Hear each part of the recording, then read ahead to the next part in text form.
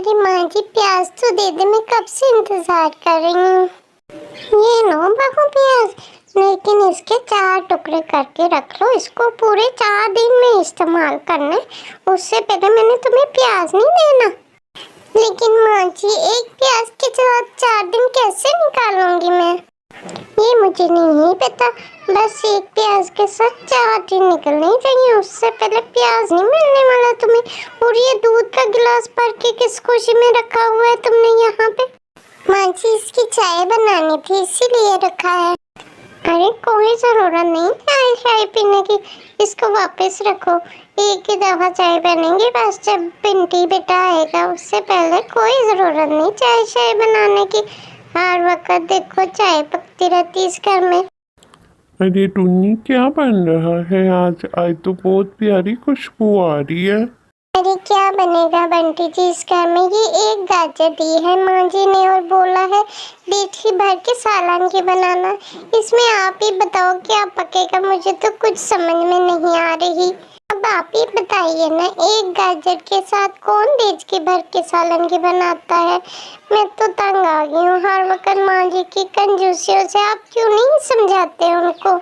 और मैं आपके लिए चाय बना रही थी, वो भी दूध मामू जी ने वापस रखवा दिया। बोला कोई ज़रूरत नहीं, एक ही टाइम में चाय बनेगी। और एक प्याज के साथ 4 दिन निकालने हैं। अब वो आप ही बताओ बंटी जी, मैं कैसे निकालूं एक प्याज के साथ 4 दिन? फिर क्या सालन बनाऊंगी मैं इसमें? अरे टुन्नी तुम्हें देचकी भर के सालन बनाने की कोई ज़रूरत नहीं है। एक गाजर और एक प्याज के साथ जितना सालन बनता है बना दो, मैं कल और सब्जी ले आऊँगा। लेकिन आप तो जानते हैं फिर माँ जी गुस्सा हो जाएंगी और बहुत डांटेंगी मुझे। अरे मैं खुद ही संभालूंगा माँ को, तुम बेफिक्र होके सालन बनाओ और जल्दी जल्दी बनाओ, मुझे बहुत ज़्यादा भूख लगी है। अच्छा ठीक है बंटी जी, मैं अभी बनाकर लेके आती हूँ, आप अंदर बैठिए। फिर एक दिन टुन्नी बहुत आराम से बैठी चाय बनाकर पीने लगी थी कि सासू माँ को खबर हो जाती है कि टुन्नी चाय बनाकर पी रही है और दिन दहाड़े लाइट भी ऑन करके बैठी हुई है। जैसे ही माँ को खबर मिलती है टुन्नी चाय को फौरन छुपा देती है। अरे ये क्या टुन्नी बहू, तू दिन दहाड़े लाइट ऑन करके बैठी है, तुझे कोई फिक्र भी है कितना बिल आता है? हर टाइम लाइट को इस्तेमाल करती रहती है। अरे कुछ अक्ल को हाथ मार लिया कर, हर वक्त तेरी फजूल खर्चियाँ नहीं खत्म होती। और मुझे घर में से चाय की बड़ी खुशबू आ रही थी, किसने बनाई है चाय? नजर तो कहीं नहीं आ रही, तेरे ही काम होंगे बना के जल्दी जल्दी, सास के आने से पहले ठूस गई होगी। कोई अक्ल नहीं आनी इस चिड़िया में, जितना मर्जी समझा लूं मैं इसको। क्या करूं मैं इसका? आँख में दम कर रखना इसने तो प्यारे दोस्तों, आप जल्दी से कमेंट में बताइए कि इतनी कंजूसी करना क्या अच्छी बात है, बुरी बात है ना? अगर हाँ तो भी कमेंट करिए, अगर ना तो भी जल्दी से कमेंट में बताइए। वीडियो को लाइक और शेयर करें और जल्दी से सब्सक्राइब करें ताकि मेरी नई वीडियो का नोटिफिकेशन आपको फौरी तौर पर मिल सके और आप मेरी प्यारी प्यारी वीडियो देख सके। तो फिर मुझे भी बहुत अच्छा लगेगा अगर आप मेरी प्यारी प्यारी वीडियो देखेंगे। Okay thank you. अरे बंटी तुम्हें कुछ अक्ल नहीं है, तू जानता है कितना बिल आता है आजकल? तो फिर हर वक्त टीवी चला के 24 घंटे देखता रहता है, कुछ और काम भी कर लिया कर। बंद कर इस टीवी को और मुझे अब फालतू में टीवी चलता हुआ नजर ना आए। लो माँ जी कर दिया बंद, क्यों गुस्सा होती रहती है हर वक्त? आप तो जानती हो सारा दिन मैं काम पे रहता हूँ, कहाँ टीवी देखता हूँ। अभी थोड़ा सा टाइम मिला था तो मैंने कहा आज की खबरें देख लूँ, जान लूँ कि थोड़ा से मुल्क के हालात कैसे चल रहे हैं, बस इसीलिए देख रहा था। अरे कोई जरूरत नहीं मुल्क। टोनी, अरे ओ टोनी बात तो सुन, खाना दे दो, मुझे बहुत भूख लगी है। कब से मैं खाने का इंतज़ार कर रहा हूँ, खाना क्यों नहीं दे रही? अरे बंटी जी, माँ जी ने बोला था आज कोई सब्जी नहीं है, आज चाय के साथ ही रोटी खाना। अभी दूध वाला आया नहीं, आता है तो फिर मैं आपको चाय बना कर देती हूँ। अरे हद हो गई माँ जी की, सारा दिन इंसान थका हारा आता है और घर में चज की रोटी भी नहीं मिलती। मैं तो तंग आ गया हूँ माँ जी की कंजूसियों से, क्या करूँ आखिर? टुनटुनी बहुत ज्यादा कंजूस थी। वो घर में ना तो जल्दी सालन बनाने देती थी और अगर बनाने भी देती थी तो इतना थोड़ा सब्जी लेकर आती थी कि उसमें एक टाइम का खाना भी मुश्किल से पूरा होता था। और फिर ऊपर से टूनी पे रोब झाड़ती थी कि इतना थोड़ा खाना बनाती हो, क्या सारा खुद खा जाती हो, जो घर में जब देखो खाना बचता ही नहीं है। माँ जी आज खाने में क्या बनाना है? बंटी जी रात को भी गुस्सा हो रहे थे कि सालन नहीं बनाया। बता देना, कोई सब्जी ला देना मुझे, मैं खाना बना लूँ जल्दी। अरे कोई ज़रूरत नहीं सब्जी लेने की।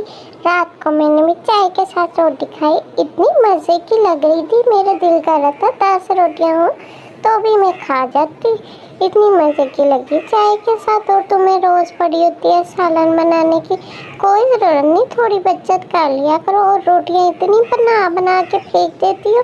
3 रोटियाँ बची पड़ी थी रात को, क्यों बची हुई थी? मेरे तो पेट में दर्द होने लग गया उनको देख के। अरे कितने मुश्किल है आजकल महंगाई में कमाना और तुम फजूल खर्चियाँ करती रहती हो, कोई ज़रूरत नहीं सालन बनाने की। कुछ दिन गुजरते हैं कि टुनटुनी बहुत ज़्यादा बीमार हो जाती है। टुनी देखती है तो वो बहुत परेशान होने लग जाती है और रोने लग जाती है। बंटी को आवाज़ लगाती है कि देखो देखो माँ जी को क्या हो गया है। वो दोनों माँ को देख के बहुत ही परेशान हो गए थे कि आखिर माँ को यकदम क्या हो गया है। पहले तो ऐसे उनकी तबीयत कभी ख़राब नहीं हुई। वो जल्दी हॉस्पिटल से एम्बुलेंस को बुलाते हैं और माँ को हॉस्पिटल ले जाने का इंतज़ाम करते हैं। अरे बंटी जी देखिए ना माँ को क्या हुआ है, जल्दी से एम्बुलेंस को बुलाइए ना।